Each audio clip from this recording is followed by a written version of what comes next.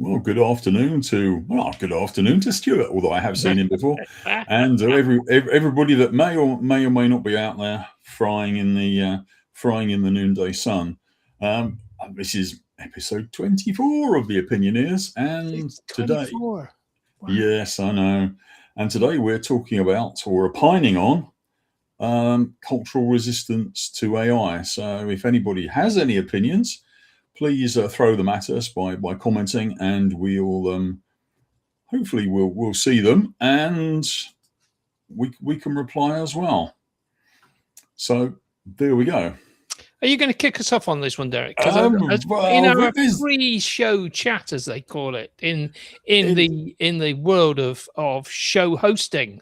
I thought you were going to say show.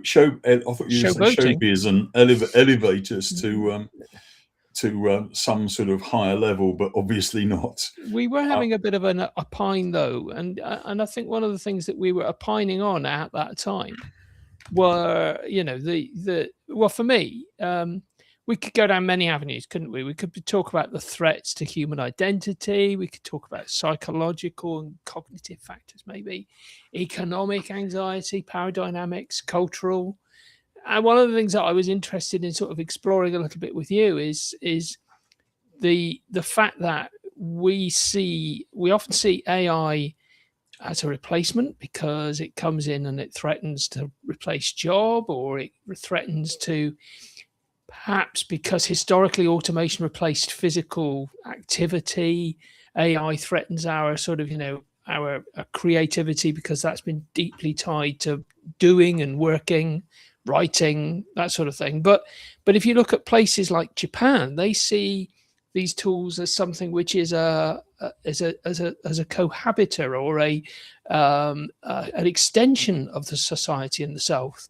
And there's often quite a lot tighter, higher cultural openness to social robotics. They put robots in care homes and things like that. So are we wrong to see AI as replacement rather than cohabiter? Actually, one of the things you mentioned there, which was quite interesting, was homogenization. Because first of all, Japan is probably the most homogenous culture in the world. Indeed. If you look at their population, there's a tiny percent of their population is non-Japanese. So they're fairly homogenous. But the reason that jogged a brain cell was one of the things that's been accusations that's been leveled at AI is the idea it encourages homogenization and prevents not prevents, but it stifles diversity in culture because of the way a lot of these models are trained. If they're trained, if you train a model primarily on Western data, you will get a Western influence or a Western bias. If you train it in China or Japan, you will get a bias like that. So that is an interesting concept. And I was just thinking about how in Japan, if their models are trained in Japan and you use that in an already homogenous culture, what's that going to do? Something similar could happen, say, in the States. God forbid if you trained it on Donald Trump. Well, no. Hey, maybe I shouldn't bring him into the equation. But if you trained it in another environment, what would actually happen? It's quite an interesting idea. Yeah, and I believe that opens up yet another cultural problem with AI, if you like, is the training data. I mean, the training data largely was scraped from the internet. The internet was never thought of as a huge repository of locked knowledge. Artists wrote things, writers wrote things, and then that data was placed in large sources. We won't go into some, but they got scraped. That got taken. And what's that theft? Is that one other thing that people see that this AI thing is likely to do? Is it because it was trained in such a way, and a lot of the the bosses of AI businesses are now saying, well, we could never have turned around and made such a wonderful tool for humanity to benefit from if we hadn't.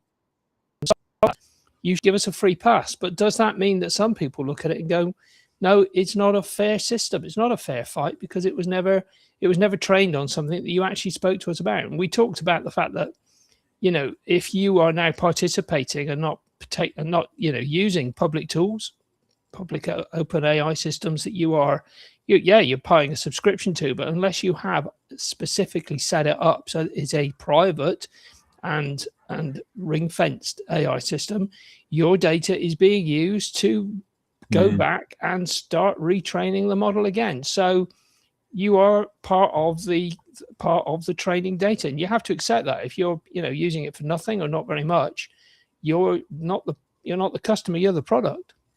Yeah, and I think the other thing is, or one of the other things, is that people themselves are the problem. Firstly, there was a certain naivety. If all this stuff was put out there into the cloud, for want of a better description, it's quite naive to believe that it's not going to be used or copied or accessed for some reason. Yes, if people copy it, claim it as their own, that's a little bit naughty. But I think people didn't. There wasn't at the time a very rapid way of accessing all this data. I mean, you compare now what happens with Gemini and Google with what just happened to Google just a few years ago. I mean, it's unbelievable. But yeah, there's that problem. People never thought that their stuff could be used. And the other thing I'd only just thought about as well was the fact that if people keep wanting to use AI, but they aren't contributing to the knowledge, the training data that AI uses, is that? I'm not going to say is that right, because the people that own all these models let you use them. Yeah, indeed. But is it not good? It's not going to increase if people don't contribute, it's not going to increase the richness of the data, and hence the use that you can get from AI. Interesting. That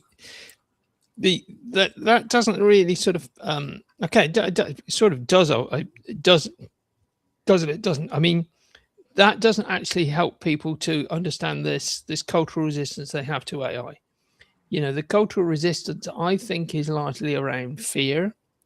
There is a fear of the unknown. There are a couple of, I listened to a very long interview this morning with Elon Musk, and I must admit, it was somewhat disturbing, some of what he did.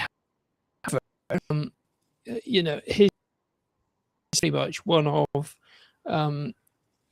the machine will make a better human being than human being.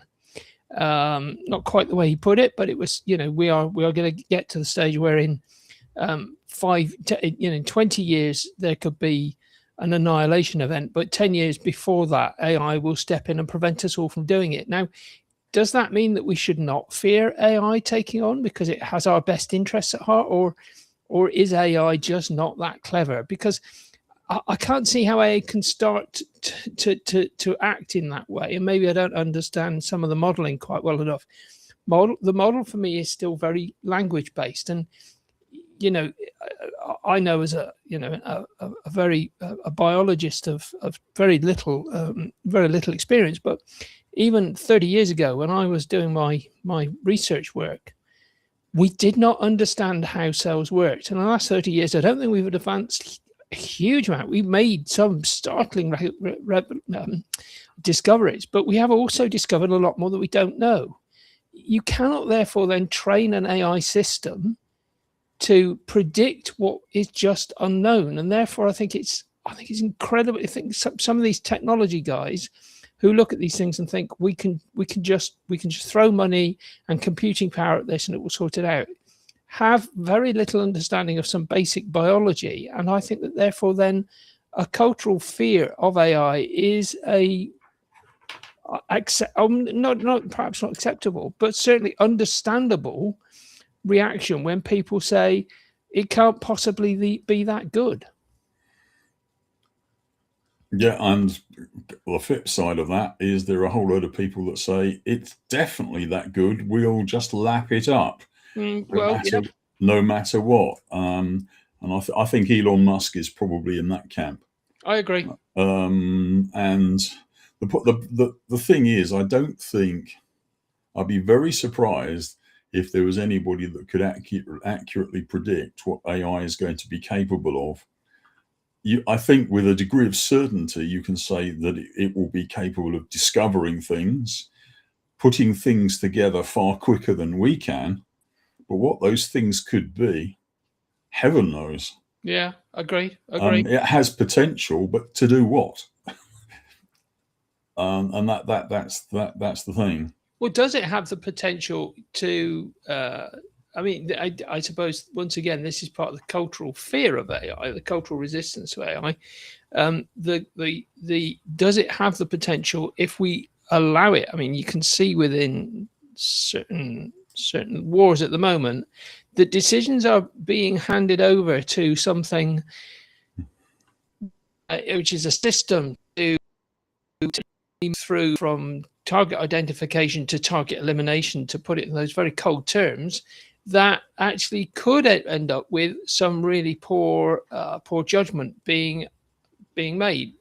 The need for humans in the loop, I think, within AI systems is still absolutely required, because it is only humans, the wetware of the world, that actually requires judgments that can be explained.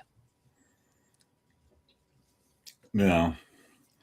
But what happened? I mean, the targeting and whatever of particularly being used by Mr. Trump against Iran is quite. You used his word. You used his name again. I thought he was Yeah, but Voldemort. He is the person that is not named. yeah, indeed. I'll refer to him as Jabba the Hutt then. But Not sure. in I'm those not sure it's got better. in those situations, it is nice to say that something has oversight. Yes, something But has ultimately, people are going to be pushed to act faster and faster. Indeed, And yes. eventually, they're going to say, "Oh, just let it run." And if we hit the wrong target or something, so what? So I don't know what's going to happen there. But so how do we shift if we are business people today? How do we overcome this resistance in our organization, while actively addressing underlying anxieties around job security, autonomy, trust, that sort of thing? Derek, what do we have to do? We in organization, we usually fail badly on culture, not necessarily the technology. In fact, I'd argue we pretty much always fail on the culture and never the technology. Some of the technology is difficult, but you can overcome those problems. It's the culture, it's the wetware, as I say, in this world that actually goes bad. yeah, So what's the I core think it also change? depends on the type of organisation as well, because things like not-for-profit organisations, people have tended not to be not to use that much technology. Yes, they'll have tools, they'll have computers and things like that, but they're not actually making use of technology. But there'll be quite a strong culture. Whether it's the right culture or not is another matter. But you compare that to with an office environment, well, everybody's going to be very hot on the technology, but culturally they could be very it might not the culture might be a culture of mold rather than a culture of let's get this done. So is So that I think demystifying? I think you need to know what sort of you need to create a culture. Well, it probably needs to be fairly homogenous in the sense that it embraces the whole company, but not so much that everybody's exactly the same or working and behaving exactly the same way. But it needs to be throughout the whole company. There needs to be some sort of. The thing is, the AI goes with all the problems that an organization has. So you've got to if you're going to play with the technology to solve all the problems, you've got to have a shared ownership of all the problems. Yeah, no, you're Otherwise, right. you've just got a set of problems, a set of technological solutions, and you try and throw them together. And when there's a big shit show, everybody stands back and says, "I told you so." Yeah, no, So what I you've think just identified is the fact that too many AI systems are being used to try and solve problems rather than solving the problem and then implementing AI to make the solution the best solution quicker and more efficient. yeah, I mean the very simple example that I like to what I like to talk to people about is an example of sort of chameleonomics, which is if you had an all embracing culture, an all embracing set of procedures, processes, and behaviors, Hmm. and the appropriate technologies. If you, as the boss, you run a manufacturing company, you go home at night, and just after you've gone home, the government changes the rules on something, exports. The orange jabber, he does something, and the price of crude oil goes through the roof. Simultaneously, your friends in China have just changed the price of raw materials. So basically, unless something happens, you're screwed. So wouldn't it be nice if you had a system so that by the time you came in the morning, it had adjusted your production schedules and your production quotas and changed your price list, and your production lines were running a different mix of products according to what was happening in the world. And that could happen, but it needs first of all, it needs technology, some of it AI, to identify the problems Hmm. and create the solutions, and people that are willing to trust it, but not sort of willing to trust it with their neighbour's life, that sort of thing. Yes, yeah, So I think yeah. AI is it's got to be part of the system, such that it's a tool that can be used to create the solutions. Um, but yeah, it needs buy-in from everybody, and it needs to. I suppose in a way you treat it like a team of your employees, if you like. Hmm. If it's not the thing that's being imposed on you, it does something. I mean, yeah. I mean, I hadn't really thought of this before, but you could almost give your AI system, whatever that happens to be, terms of reference. Now, I think that's an interesting concept because I think that brings us back to, I mean, it brings me back to one of my favorite things about all of this thing, which is governance. People see governance as a break. They think of governance Mm, in AI systems as a break. This stops you from moving forward. I think governance and I think terms of reference or steering wheel. They allow you to move quickly, safely, because you have got a set of guardrails. It keeps you going in the direction you set out. And if mm, you want to change direction, if you want to move things into a different direction, you revisit your guardrails. You ask the question. It forces you to ask that question. If you just drift, you haven't stopped and reassessed and asked the question. So for me, I think you've just probably nailed it, which is, this thing relies upon having a set of very active, very controlled, cultural efficiency um, guidelines, which you set out at the beginning of any project and say, this is what we're looking to try and solve.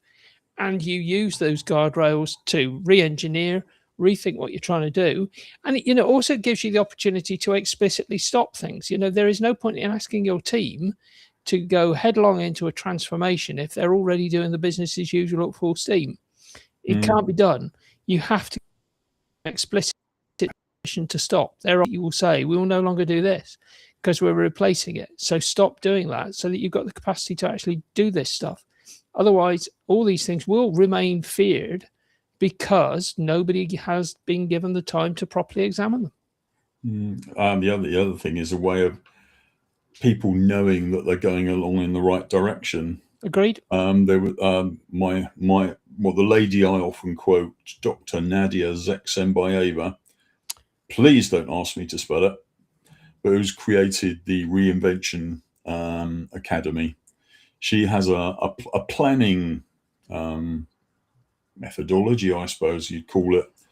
And what it does is, instead of saying, you've got this timeline, you go along it, you hit certain bits. The way they work is, think of it like when athletes throw the discus or put a shot or throw a javelin. You have these two lines that sort of spread out from the starting point and diverge. Mm-hmm. And those are the parameters outside which you can't operate. But progress is monitored in almost in arcs. Like if somebody throws a javelin, they throw 50 meters, well, they hit the 50-meter line. But they could be anywhere as long as they're between those parameters. Okay. And I think that's the sort of thing that you need. If you have a system that can operate within certain parameters, and you have people that can operate within certain parameters, but you're also moving forwards. You're moving forwards towards a target, which could be the 100-meter line. Yes. Yeah. I think the more visual you make it as well, then people will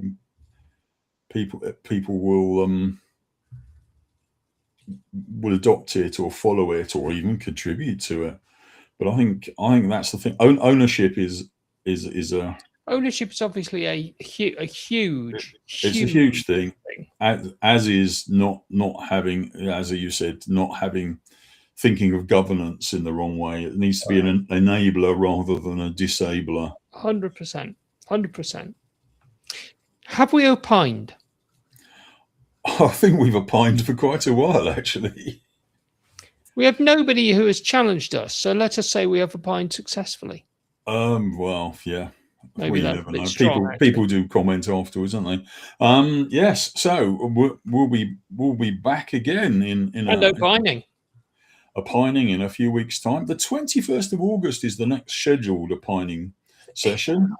Good gracious me! Doesn't time fly when are you going to be there, my fellow opiner? I cannot at the moment think of a reason why I should not be there, and I am. So failing disasters, we will be back on August the 21st for more excitement and opinions. So, and as they say, it's goodbye from me, and it's definitely goodbye from him.